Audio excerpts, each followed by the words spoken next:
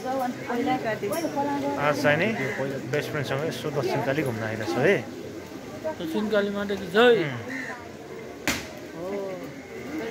कतिचोटि आयो है डिमन? 3-4 चोटि भयो होला। अनि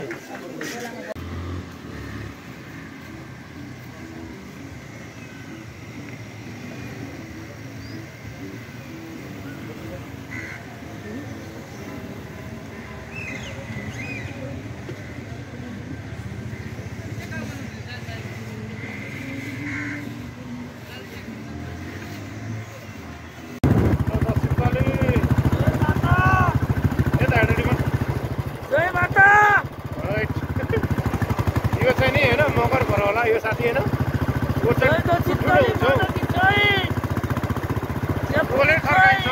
टोले थर्काइन्छ यसले।